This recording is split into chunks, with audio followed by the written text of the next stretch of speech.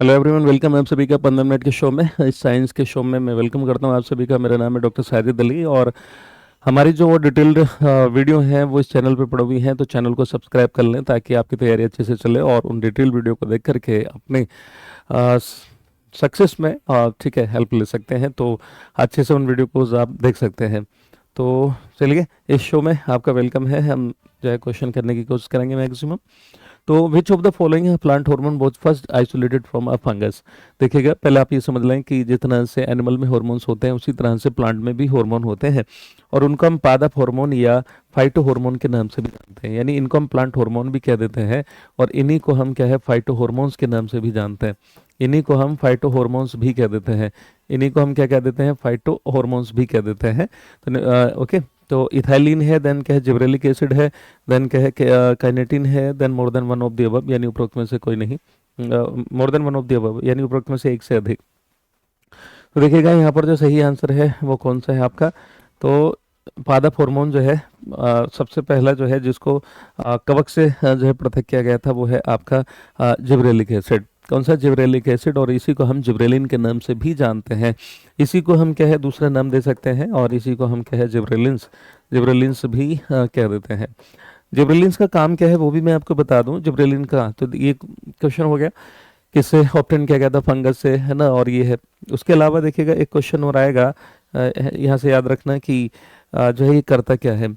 Gibberellic acid क्या करता है कि जो तना होता है ना, तने का जो अंतर्विष्ट होता है, इंटरनोड, तने के अंतर्विष्ट, याद रखिएगा, अंतर्विष्ट तने के अंतर्विष्ट यानी इंटरनोड या इंटरनोड, तने के अंतर्विष्ट यानी इंटरनोड की लंबाई को बढ़ाता है। तने के इंटरनोड की लंबाई को बढ़ाता है। तो याद रखिएगा, तने इंटरनोड की लंबाई को बढ़ाता है ये। ठीक है, तने इंटरनोड की लंबाई को बढ़ाता है। तो ये होगा। देन अगला क्वेश्चन ये याद रखना कि ये कैसा हार्मोन होता है। तो ये एक गैसीय हार्मोन है, ये चीज़ भी याद रखिएगा। कैसा हार्मोन है? गैसीय हार्मोन है। गैसीय हार्मोन है। ठीक है, गैसीय हार्मोन है। और ये क्या करता है? फलों को पकाने में मदद करता है। तो एक क्वेश्चन ये हो गया कि गैसीय हार्मोन है, ये कौन सा हार्मोन गैसियस है? तो आप बताएंगे इथाइलिन। ओके, और ये जो है क्या करता है? फलों को पकाने में सहायता करता है। फलों को पकाने में सहायता, तो याद रखिएगा, फलों को पकाने में सहायता करता है। क्या करता है? फलों को पकाने में सहायता। क्लियर? ये हो गया, बस इतना ये याद रखना। और भी होते हैं, साइटोकाइनिन होता है एक क्वेश्चन, और ये कर लेना। साइटोकाइनिन सेल डिवीजन में मदद करता है। एक होता है आपका ऑक्सिन। ऑक्सिन क्या करता है? ओवरऑल प्लांट की वृद्धि के लिए जिम्मेदार होता है। एक और हार्मोन होता है जो इम्पोर्टेंट है, वो है एब्सिसिक एसिड, जो क्या करता है कि पत्तियों को गिरने से रोकता है, बीजों को जमने से रोकता है ताकि जल्दी ना जम जाए, फलों को भी पकने से रोकेगा क्योंकि छोटे फल पक जाएंगे तो सही नहीं रहता है, उनको आराम से गिरने से भी रोकता है। A colour blind person can not differentiate between the colours. रंग अंध व्यक्ति रंगों का भेद नहीं कर सकता, यानी जिसको हम वर्णांता कहते हैं। क्या कहते हैं? वर्णांता। वर्णांता का मतलब होता है रंगों का अंधापन। क्या होता है? वर्णांता का मतलब रंगों का अंधापन। रंग अंध व्यक्ति रंगों का भेद नहीं कर सकता है। ठीक है, ऑप्शन है आपका येलो एंड ग्रीन में, देन क्या है ब्लैक एंड ब्लू में, देन क्या है रेड एंड ग्रीन में, लाल और हरा, then more than one of the above, या कौन सा? रंग अंध व्यक्ति रंगों में भेद नहीं कर सकता। तो जो कलर ब्लाइंडनेस पर्सन होता है वो लाल और हरे रंग में अंतर नहीं कर पाता है। तो याद रखिएगा, वो किसमें? लाल और हरे रंग में अंतर नहीं कर पाता है। एक चीज़ ये याद रखेंगे। दूसरा, इसके अलावा एक याद रखिएगा कि ये जो बीमारी है वो कैसी है? अनुवांशिक है। कैसी है? अनुवांशिक बीमारी है, यानी जेनेटिक डिसीज है। कैसी डिसीज है ये? जेनेटिक डिसीज है। जेनेटिक डिसीज है। एंड कैसी है? अनक्यूरेबल है। ठीक है, अनक्यूरेबल का या इनक्यूरेबल का मतलब क्या है? लाइलाज है। कैसी है? ला इलाज बीमारी है। तो याद रखिएगा, कैसी बीमारी है? ला इलाज बीमारी है। कैसी बीमारी है? ला इलाज बीमारी है, इसका कोई इलाज नहीं। इसी तरह से एक और याद रखना एक क्वेश्चन, एक होता है प्रोटोनोपिया।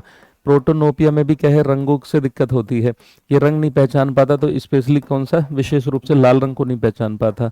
विशेष रूप से लाल रंग। तो याद रखना, विशेष रूप से लाल रंग को नहीं पहचान पाता है, को नहीं पहचान पाता है, नहीं पहचान पाता है। तो याद रखिएगा, लाल रंग को नहीं पहचान पाता है, ये इसकी दिक्कत है।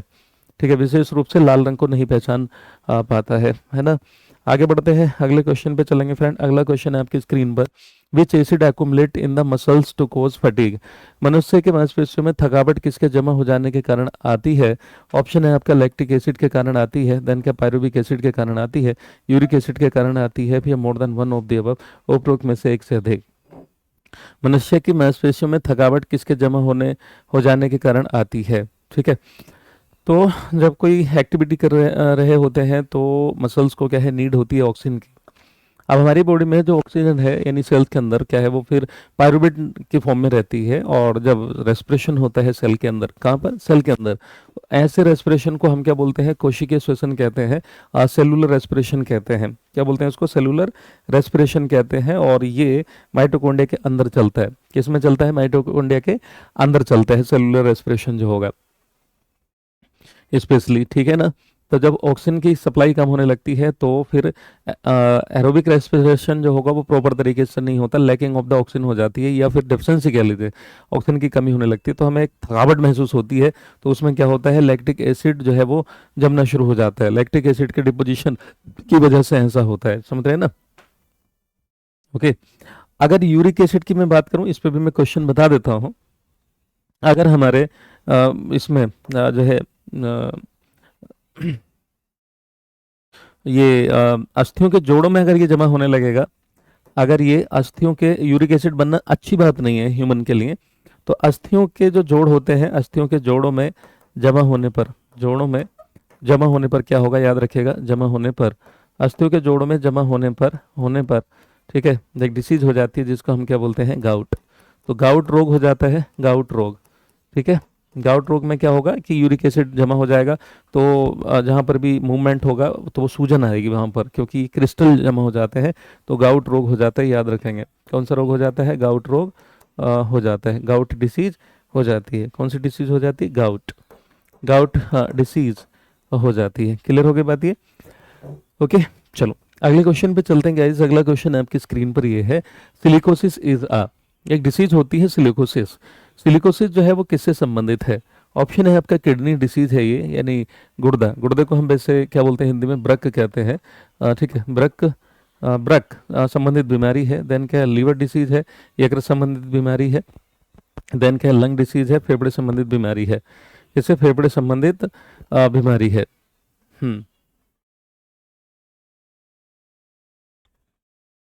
ठीक है, फेफड़े से संबंधित बीमारी है। मोर than one of the above, या इनमें से कोई भी नहीं। तो what should be the answer, क्या सही आंसर होना चाहिए?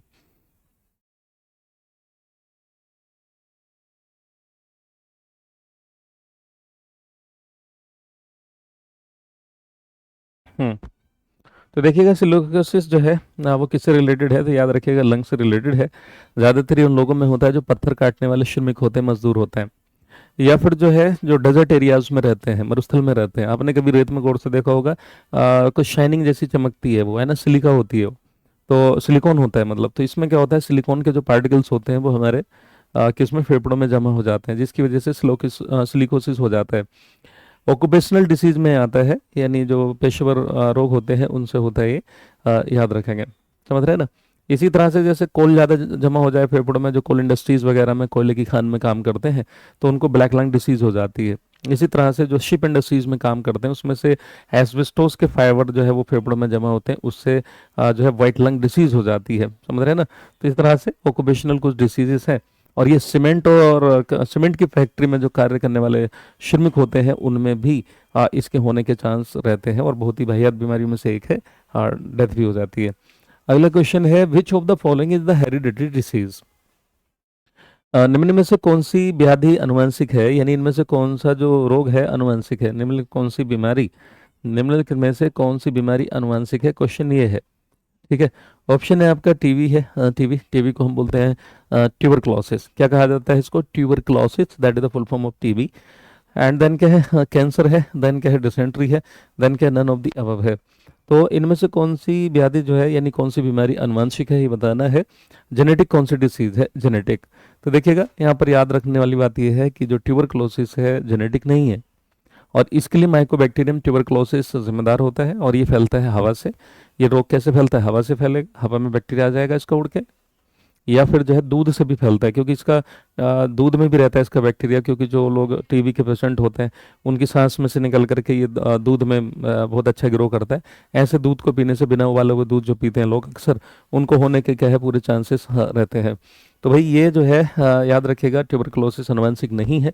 इसी तरह से कैंसर की बात करें तो कुछ साइंटिस्ट कहते हैं कि भाई इसमें ऑन्कोजीन्स होते हैं हमारे उसमें, लेकिन वो एक्टिव होंगे तभी तो होगा, लेकिन ये खानदानी नहीं होता, आनुवंशिक नहीं होता है, तो कैंसर को भी आनुवंशिक नहीं माना जाता आमतौर पे। डिसेंट्री, डिसेंट्री में क्या होता है कि पेट में मरोड़ के साथ, दर्द के साथ है ना, जो है वो बार बार जो है टॉयलेट जाने की हाजत होती है, तो उसको हम बोलते हैं डिसेंट्री, यानी पेचिस बोलते हैं। और पेचिस कई तरह की हो सकती है, बोtulinum की वजह से हो सकती है, जो डायरिया वगैरह टाइप का हो जाता है, या फिर नॉर्मली वैसे या फिर ऐसे मान लो कि एक अमीबिक डिसेंट्री होती है जो प्रोटोजोन से होती है। तो ये भी क्या है, मतलब बाई बर्थ नहीं होती, मतलब इन द सेंस कि जो है खानदानी नहीं है। तो सही आंसर आपका यहाँ पर कौन सा होना चाहिए, डी होगा।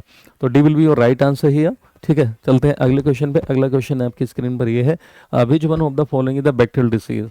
निम्नलिखित में से कौन सा एक जीवाणु जनित रोग है, निम्नलिखित में से कौन सा एक एक जीवाणु जनित रोग है। ऑप्शन है आपका हर्पीज है, देन क्या पोलियो है, देन क्या स्मॉल पॉक्स है।